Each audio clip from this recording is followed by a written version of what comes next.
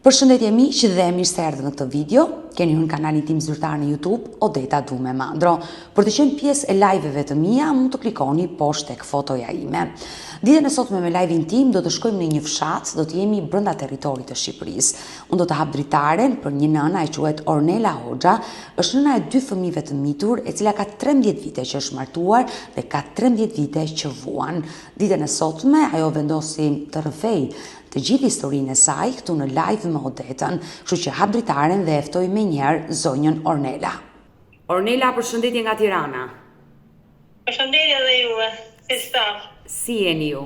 Edhe ashtu prej teje, shumë faleminderit. Zemër, jemi të dyja sot këtu në live me Odetën, sepse ti kërkon të tregosh historinë tënde të vështirë dhe vuajtjet që po kalon. Po. Konkretisht, çfarë problemi keni ju? Po problemi i shtëpiave,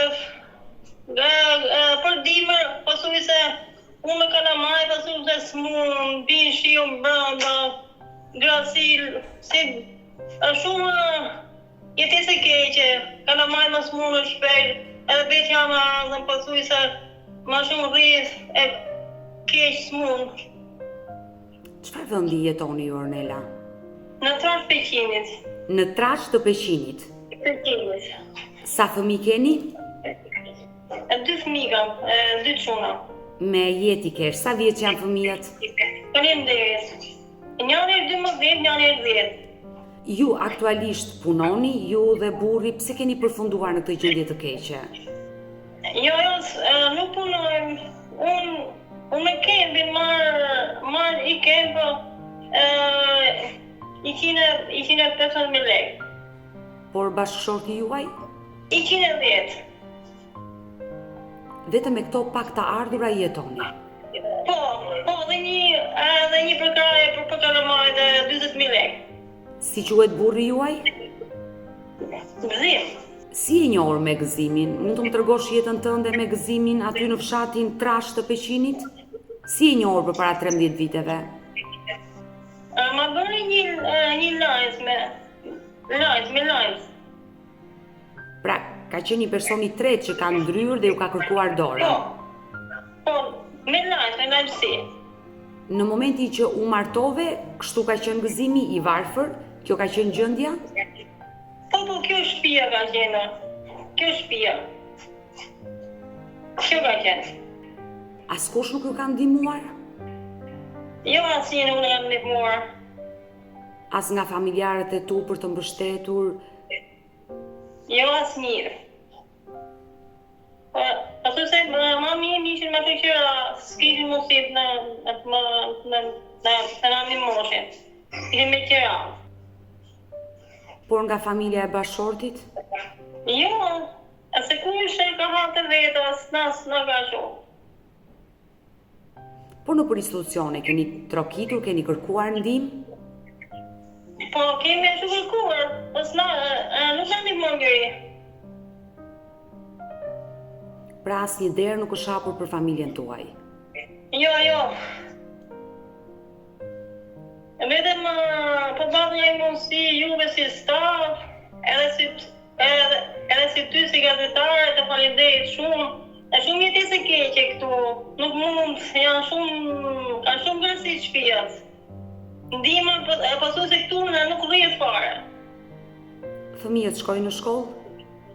Shkojnë. Por fëmijët çfarë të thonë? Po, fëmijët e du shtëpi dhe do i marrë, po më them, po çfarë bëj këto kushte janë, çfarë do bëj?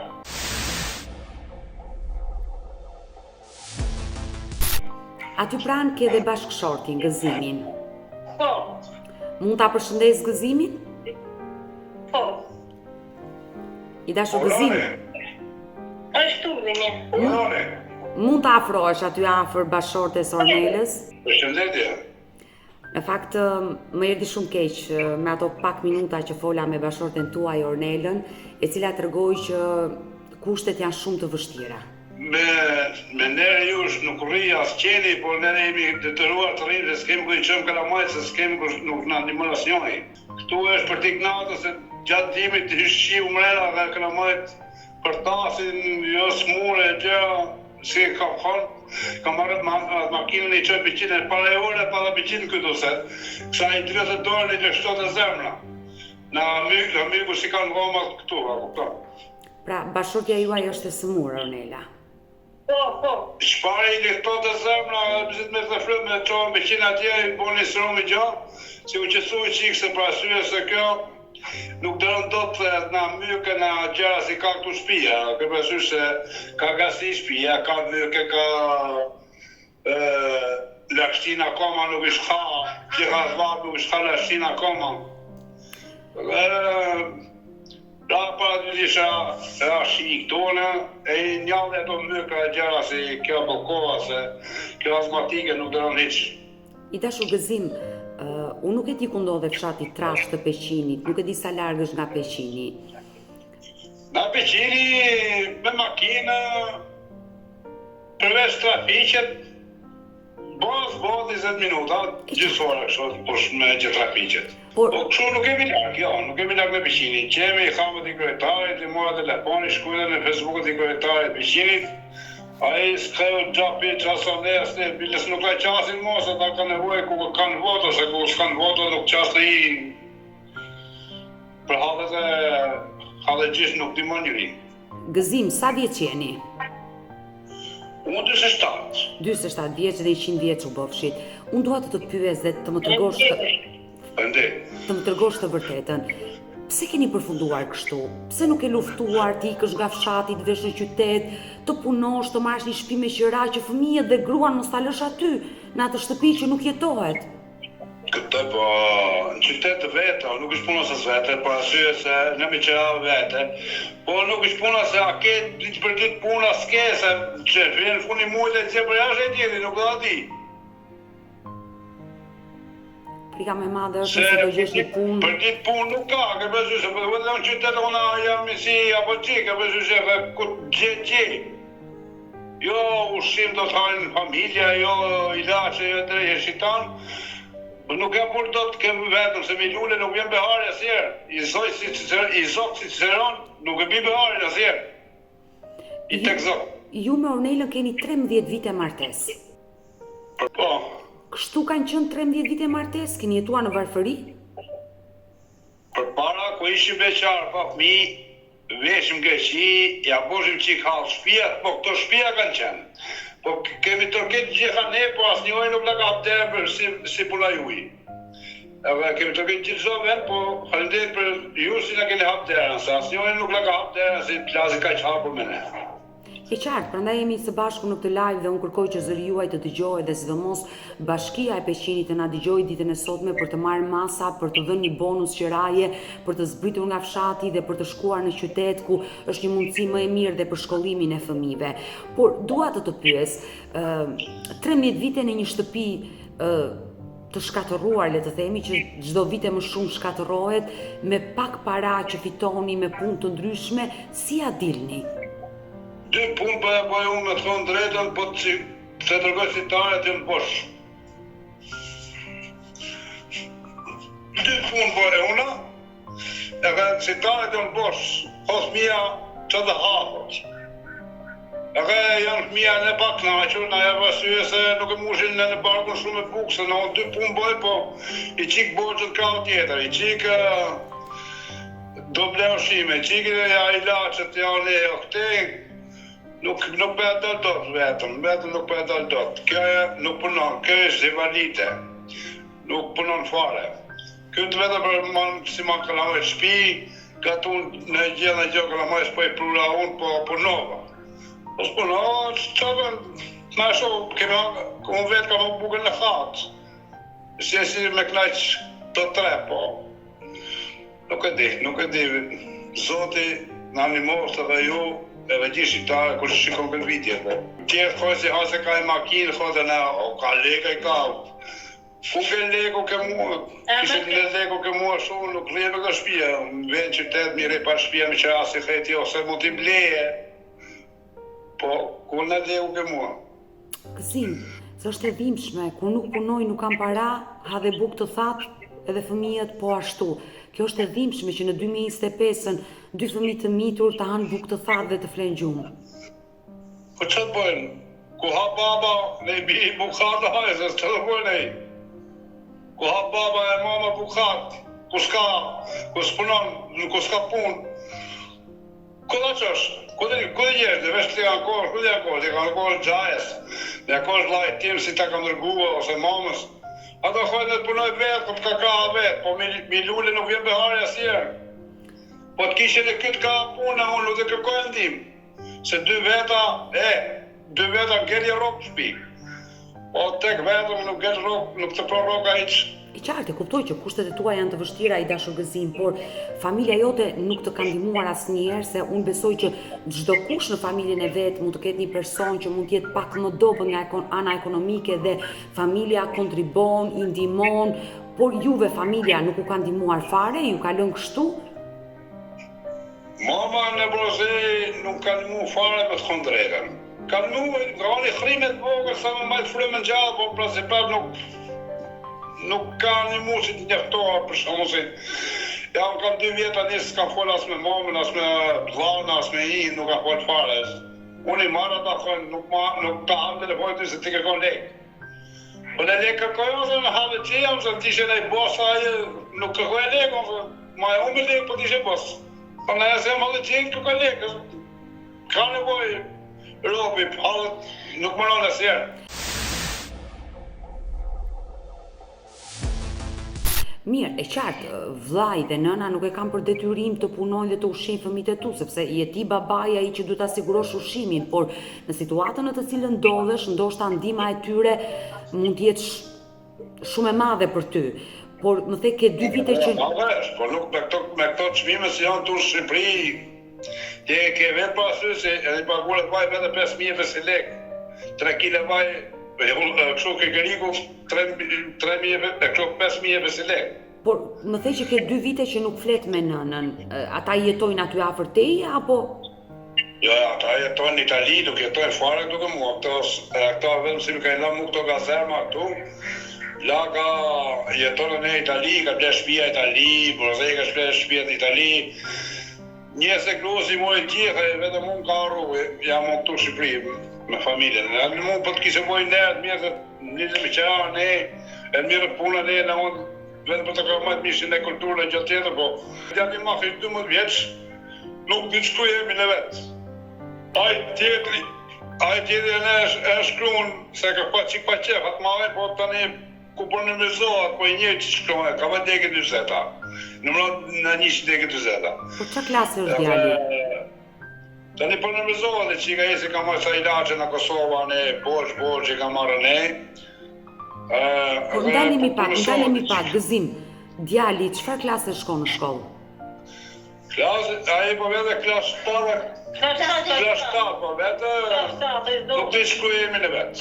A dobet? Ky tjetri klasë 5 është ky shumë zemë shumë ti, po për në zunë në ky ta topi me të thonë drejtën. Por pse ka dobët? Mirë njëri është i sëmur, e kupton. Nuk du mësojnë, nuk i rri kjo i me shoqen kohë për të mësuar shumë.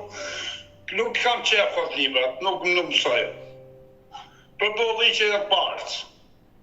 Për mësus, nuk e apojnë. Se si t'ja pojnë këto me tarmën e vetë, nuk e di, unë i flasa hera në i me shoqe e fletë, po nuk e di si t'ja pojnë. Për bolli që e partë. Se është e rëndësishme shkollimi i fëmijëve, nëse ju të dy krijuat një jetë të vështirë dhe po jetoni në kushte të vështira, të paktën fëmijët duhet keni tjetër jetë. Po atë hanë Pa ata përpiqim ne për ata, po ata nuk duan. Ja, dhe të pisua të voglin. Është aty djali vogël. Është aty djali vogël. Nebion, përshëndetje zemër. Përshëndet. Po sa i bukur qenë ke, sa vjeç je Nebion? Ashtu të bukur janë, marim qa për bukurika, po për shkollë. Sa vjeç je zemër? 10. Shko në shkollë dhe je në klasën e? 5. Në klasën e 5, po mami dhe babi po më thoshte që nuk I ke qef librat. Pse si ke qef librat? Unë I kam qef, po unë I një shkollën atë dhe unë lexoj, po dhe gjata në gëc. E po shumë gabim. Duhet të lexosh më shumë në shtëpi, që mos të ngecësh tek ato fjalitë e gjata. Dhe në klasën e 5 duhet të blesh edhe libra të tjerë që të lexosh dhe mos të kesh pengesë në lexim, sepse shkolla është shumë e rëndësishme. Zemër, Jo, Jo e tjetër. qa ke qef të bësh kur të rritesh ti? Shiko atje, jo mu. shikoj tjetër. Mos ma vendos një djalë në siklet. Nuk ka Që gjë.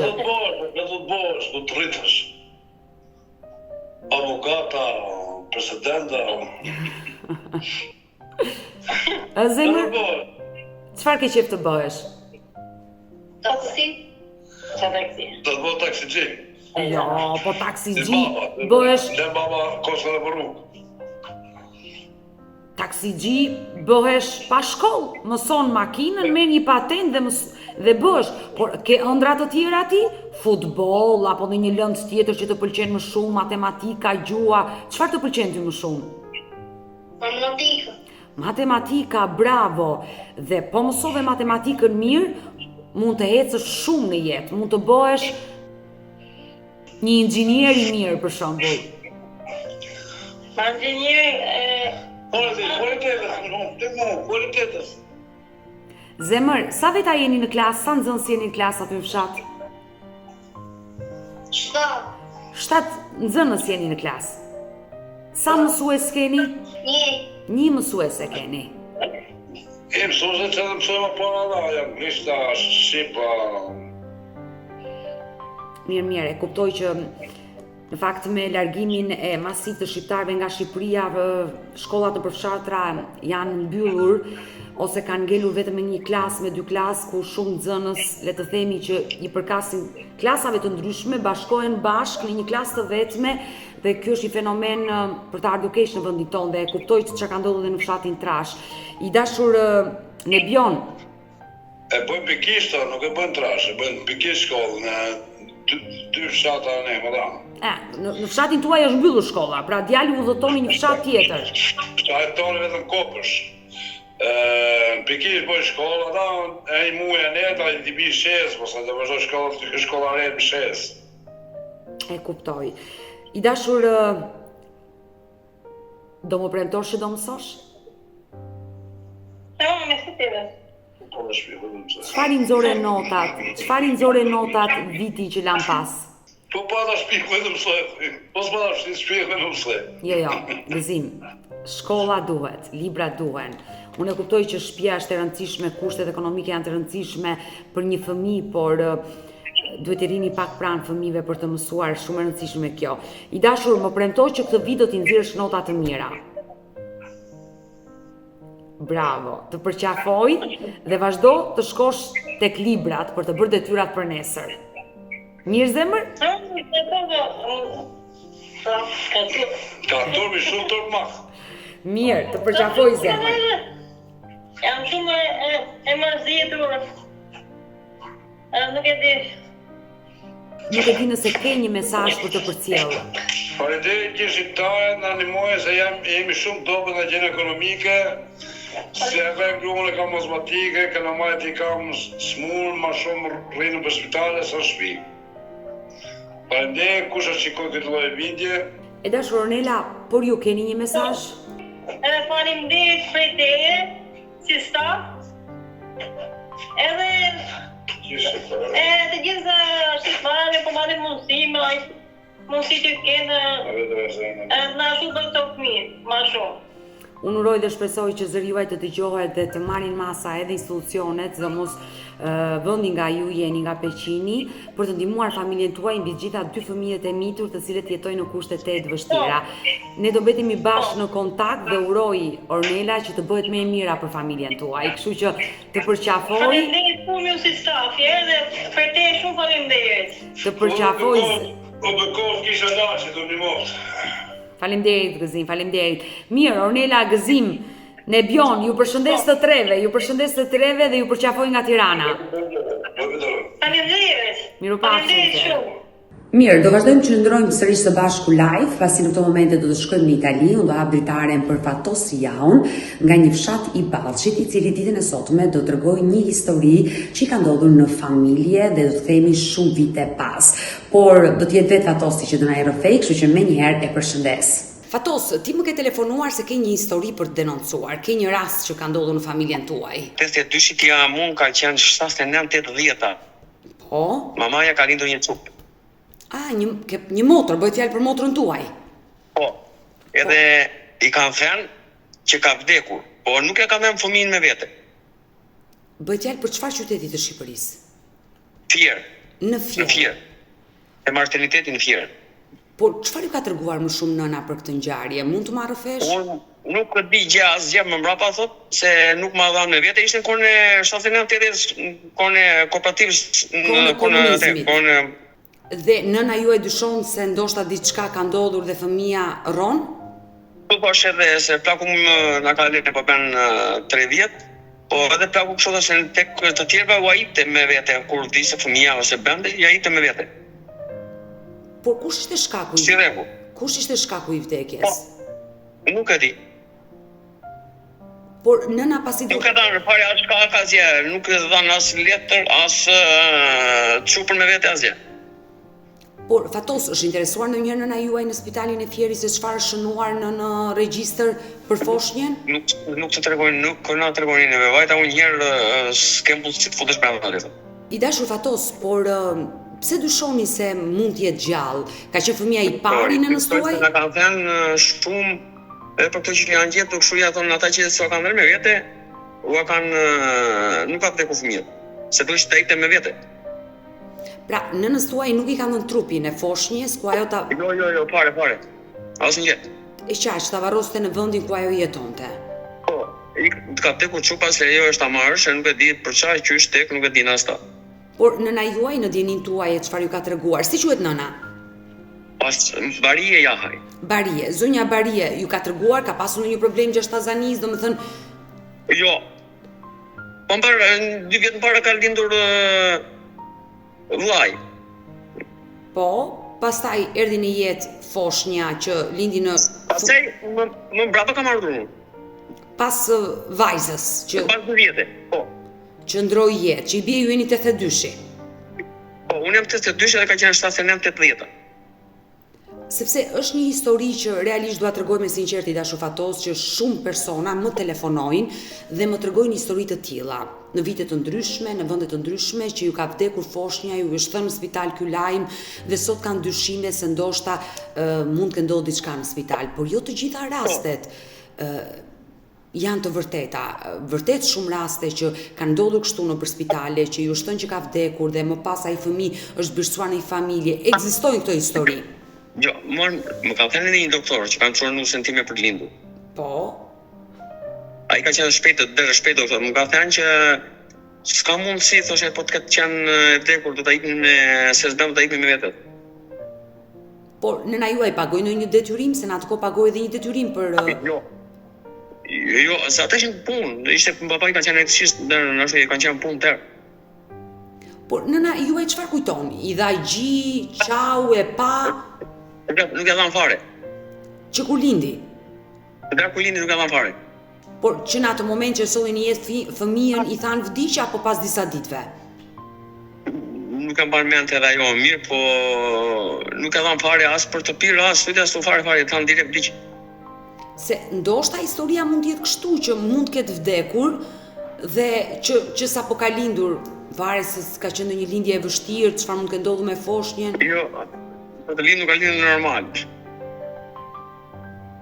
Ka qenë një lindje normale, por ajo e ka dëgjuar të qarën e foshnjës? Akte nuk e mbaj mend thotë se kam qenë shumë keq. Po e di që kur ka lindur gjallë. Ka lindur gjallë. Po. Mirë, unë pas kujtave do të marrë disa të dhëna të tjera që më duhen për të bërë një verifikim, por janë histori realisht edhe të vështira për ne. Sigurisht, sepse nëse është bërë me një motiv nga mjekët që ky fëmijë të birësoj dhe t'i merresh nënës biologjike, padyshim që ata mjek nuk kanë qenë budallënj dhe në regjistër kanë shënuar, ka vdekur, ka ndruar jetë për mos lënë gjurmë. Dhe padyshim që janë historia të vështira për ne. Ndonjëherë më duken edhe si të pamundura për t'i zbërthyer dhe për të kuptuar të vërtetën. Por gjithsesi, të premtoj Fatos që do bëj përpjekjet e mia për të lidhur me arkivën e Spitalit të Beratit, të Fierit, më fal. Të Fierit? Po, të Fierit, për të kuptuar se çfarë ka ndodhur me zonjën Barie, e cila sillte në jetë në vitin 1979 fëmijën e saj të dytë vajzë. 79-80 thoj. 79. Nuk edhe ajo se mbar mirë fiks një vit, prandaj po të them. 79-80, por të paktën na orienton me stinën, ka qenë dimër, ka qenë verë sipas saj. Më gja se kanë qenë verë. Verë, 79 ose 80, kur ajo solli në jetë foshin e saj vajzë dhe fatkeqësisht ka qenë behar. Sa po lindi i thanë që ndroi jetë. Por si vazhdoi më pas jeta? Më lejon të pyes si vazhdoi më pas jeta e zonjës Barie? Normal. Se vdiqe dhe e harruan kështu, se vdiqe dhe po pastaj kur kujtohen më mbrapa kur dolin këto emisione kështu që i gjenin, thoshte plakura me pas që thoshte çuka është gjallë, thoshte. Një jam dy. Këtë histori ti vetë si e ke mësuar, se ti ka ardhur në jetë më vonë. Kush ta ka përfyer këtë histori? E ka marrë vesh shpejt për të qenë, mos tem para 2002-shit. Na ka thënë plaku, pastaj që kështu. Ka qenë babai apo zonja Barie që nëna që ta ka thënë këtë histori? Babai, se bende në një shaka kështu edhe ai thoshte këto lloj. Ai gjithnjë ka gjeni motrën, gjeni çupotën. Kështu ju thoshte për herë, gjeni motrën? Po, e keni gjallë thosh. Por nëna çfarë dyshonte zonja Barie? Zonja Barie është në jetë, nuk ka ndruar jetë. Po. Sa vjeç është? Është këtu, por nuk do ta marrë vesh se jam në dhomë tjetër, më ne. Ua, e ke nënën aty? Por pse nuk i ke thënë që unë do bëj kërkime? Jo, nuk e kam thënë vetëm nëse si kam thënë fëmijëve, kurse për mamas nuk kam bërë fare asnjë ashtu, asnjë tjetër. Por pse nuk ja ke treguar nënës, zonjës Barie? Po, do të bëj kështu si surprizë. Si surprizë. Sa vjeç është zonja Barie? 74. Me jetë ta kesh nënën. E ke marrë aty në Itali, jeton me ty? Po. Po bëjmë 3-4 vjet jemi bërë me letra.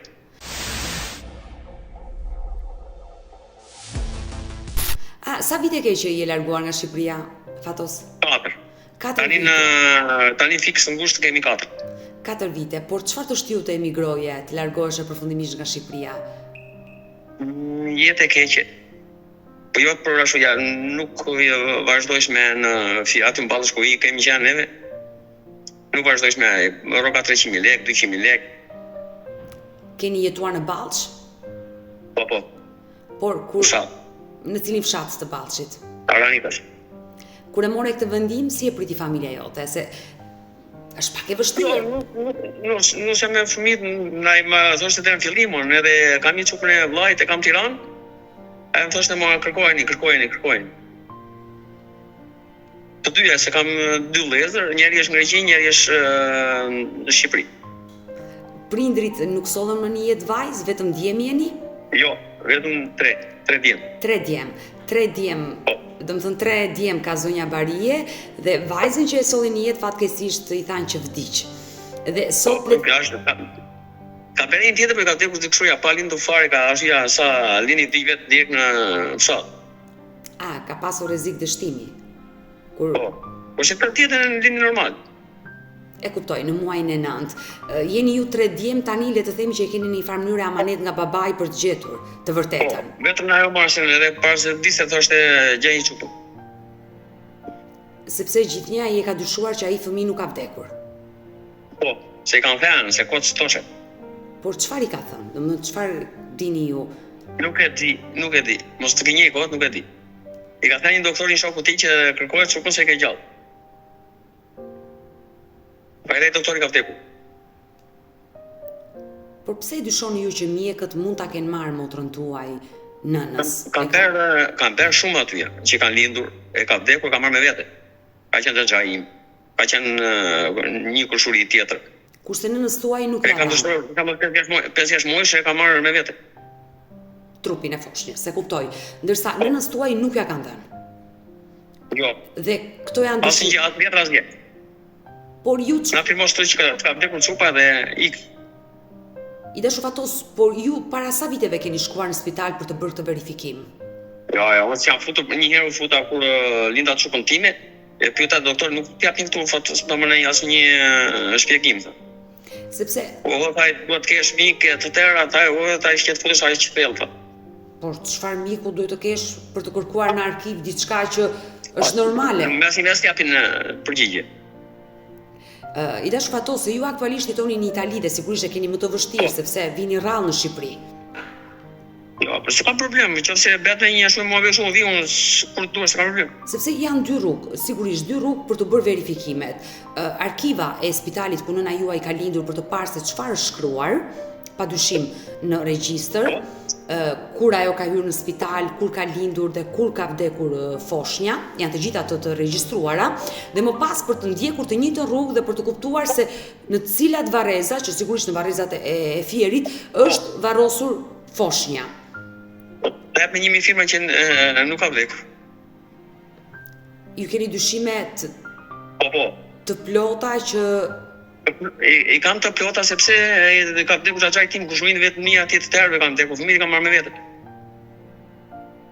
po, është rregull, padyshim, por ka pasur edhe raste, flas nga eksperjenca ime, me histori të ndryshme që kam folur, ka pasur dhe raste që në momentin që ka vdekur foshnja, spitali ua ka dhënë foshnjen familjarëve dhe ata kanë varrosur vetë në vendlinjen e tyre, por ka patur dhe nga ato raste që foshnja nuk është dhënë dhe këto shërbime, le të themi shërbimi funeral, është kryer nga vetë spitali, por familjarët kanë paguar 2000 lekë të vjetra në atë kohë. Jo, kurse këta jo. Nuk i është Asnjë gjë. As firmosur asgjë, asnjë letër. Pra nuk i është kërkuar parale, të themi, për... Jo, andaj thoshte edhe i doktori thoshte plakut që e ke gjallë. Është e rëndësishme realisht që të bëhet ky verifikim që unë po të them fatos edhe mendimin ton patjetër për të verifikuar në spital tek arkiva për të bërë një kërkesë dhe për të parë regjistrin themeltar të atij viti 79-80 për të verifikuar kur ka lindur nëna juaj dhe nëse është shënuar ka vdekur dhe për të ditur edhe arsyen pse ka vdekur, se ne nuk e dim, kështu dyshoj unë që mund të jetë shënuar. Se nëse ti dyshon me familjen tënde se motra juaj është gjallë, aty në regjistër mund të jetë shënuar edhe e braktisur. Foshnja u braktis nga nëna dhe më pas kanë vazhduar procedurat edhe është birsuar sepse ka ndodhur dhe kështu çuditëra në Shqipëri, që nënës i kanë thënë të ka vdekur dhe në regjistër. Ne ajo po them unë, ajo thashë unë që çfarë s'ka ndodhur në Shqipëri, në ato vite jam me tani. Po, e qartë, dhe në regjistër ne kemi arritur të zbulojmë që shënuar edhe e braktisur nga nëna dhe fëmia më pas janë ndjekur procedurat të çuar në jetimore apo është birsuar nga ajo familje që ka dashur ta birsoj. Kështu që nuk dihet, por duhet bërë ky verifikim, se është hapi i parë. Dhe nëse është shënuar që është ka vdekur, duhet të vazhdosh rrugën për të mësuar se ku është varrosur. Dhe në momenti që gjendet varri, aty duhet bërë procedurat për të bërë zhvarrimi, për të bërë një analiza DNA-je, sepse ka ndodhur që edhe në varr nuk ka patur gjë. Po, unë e kam dëgjuar, po ne po them. Po pra, dhe unë po t'i them të gjitha këto procedura se çfarë rrugë duhet të ndjekur në të tilla raste, prandaj them që këto histori janë shumë të vështira, ndonjëherë edhe të pamundura për ne si gazetar për të zbuluar të vërtetën e këtyre historive, sepse shumë njerëz na telefonojnë. I dashur fatos, ti je babai sa fëmijëve vet? 2, shumë. Me jetë i ke, çfarë moshe i ke? Njëri është 16 për 17, në tjetri i vajti 12. Të rritur i paske, vazhdojnë shkollën aty në Itali? Po, jam në shkollë, kam mësuar italishtën mirë fare, unë si kam mësuar, ata kam mësuar. Ata trurin e kanë sfyngjer, që vetëm e kanë freskët. Kurse ky i joni tani është çik vështirë. Jo. Por do ta mësosh, po vendose të jetosh aty do ta mësosh, s'ke ku shkon. Po, vendosur, s'kemi ku vëmë tani po. Fëmijët nuk duan të kthehen më në Shqipëri? Jo, në botë. Ne. Me sa gjojnë me sa ashuja ku edhe unë duhet të kthehem, po ku do kthehesh? Sinqerisht më vjen keq që pjesa më e mirë e shqiptarëve duan të largohen dhe ja kanë nikur. Kanë nikur tëra, po s'ke sa bën. Me ata që kemi ne, s'ke sa bën. Dhe unë besoj që fshati juaj është braktisur, I gjithi. Na 400 ca familje ka ngellur një mos them 100. Shumer se gjysma e larguar. 100 ka ngellur vetëm këtu, ka ngellur plejse, të rinjt ka një kurter. Mosha e tretë. Dhe kjo është një fatkesi, në të gjithë fshatrat e Shqipërisë, si në veri dhe në jug, vetëm mosha e tretë. Po edhe se fshati keq se është afër qytetit e joni, po s'ke çfarë bën. Të vjen keq për tokat që ke lënë, për shtëpinë. Po, unë kam janë tërë atje, 3 hektar tokë. Fusht. Ke vendosur ti braktisësh dhe të jetosh në Itali tani. E kam në një kushuri atje. Pa lek. Ti punoj beqa doj. Por nëna që është 74 vjeç u ambientua aty se Jo. Aso s'jam mjetur unë akoma mirë, jo. Se unë do të rikëtue. Ajo kërkon të rikthehet? Po. Pa do të kthehem edhe unë, por ku të vesh? Sepse mosha e saj kërkon që të pleqërohen dhe ato vitet e pleqërisë t'i kalojnë. Po me 14 vjet atëherë janë në Greqi, në Itali, në Angli, tërë fëmijët, ku të vjen aty? Ku të vjen? Me 14 vjet. Në këto 4 vite që jeton aty në Itali, sa herë ka ardhur në Shqipëri? Era 10 gusht, u korri gusht, dhe një muj, era të prapë. Kur vjen në Shqipëri? Si vjetë do, Kur që jam punë. Vjen në punë. Kur vjen në Shqipëri, mall ke për vendin? Po. Sa zbret? E të besoj. Qa të be? Aty punon së bashku me bashorten, të dy. Po, murator. Mirë është, prapë nuk është pakese mirë, po në aty që është Shqipëri mirë është. Në Shqipëri ishte pa mundur të jetoje në atë fshat, të ardhurat ishin... Tani është rritur qikë më qena, po prapë më shtrejnë janë ushqimet, një lloj janë prapë. Unë të uroj fat aty, ti ke 4 vite që... Shufëndet edhe të dasë fëmijëve, kesh mirë. Të jetosh në Itali, fëmijët nuk duan të kthehen më, të uroj fat dhe qofsh I lumtur, edhe zonjës Barie, I uroj jetë dhe shëndet. Sa është jam më merr telefon. Ne do mbetemi të dy së bashku në kontakti, dashur Fatos, uroj dhe shpresoj që kjo ngjarje të zbardhet. Do flasim dhe pas kuintave bashk për të ndjekur të gjitha procedurat dhe uroj që t'ja bësh atë surprizën e madhe zonjës Barie se Matanati muri ku ke vendosur kokën është zonja Barie dhe ajo nuk e di që ti je këtu me mua. Po, ja, fiks. Imagjino kur ajo ta mësoj këtë gjë. Inshallah zoti tjetë mirë pa. Mirë. Të përshëndes Fatos dhe do mbetemi bashkë në kontakt. Përshëndes, Mirë të dashur miq, që kemi ardhur në fund edhe për këtë live. Unë falenderoj që ndrot me mua deri në fund të kësaj video. Uroj dhe shpresoj që familja Jaho nga Ballçi ta mësoj të vërtetën e foshnjës që zonja Barie, 74 vjeç sot, solli në jetë rreth vitit 1979, rreth vitit 1980, vajzën e saj dhe dyshon se do shtat diçka ndodhi brenda spitalit dhe vajzën ajo e ka gjallë. Por mja thash edhe vetë Fatosi që këto janë histori të vështira deri diku edhe të pamundura për ne si gazetar, por të gjitha procedurat do t'i ndjekim me shpresën për ta zbuluar këtë të vërtet. Nëse dhe ju të dashur miq keni një histori për denoncuar dhe kërkoni që të jeni pjesë këtu në live me Odetën, mos hezitoni të më shkruani në numrin tim të telefonit 069 9955 698 që ndodhet poshtë ekranit tuaj, por mund të më dërgoni mesazhe edhe në rrjetet e mia sociale, në Instagram dhe në Facebook me emrin Odeta Dumemandro dhe këto janë faqet e mia zyrtare. Ndërsa këtu lart tek fotoja ime mund të klikoni dhe të abonoheni, të bëjeni pjesë e kanalit tim zyrtar në YouTube, ku çdo paradite jam live me ju. Faleminderit që më ndiqni dhe ritakohemi nesër.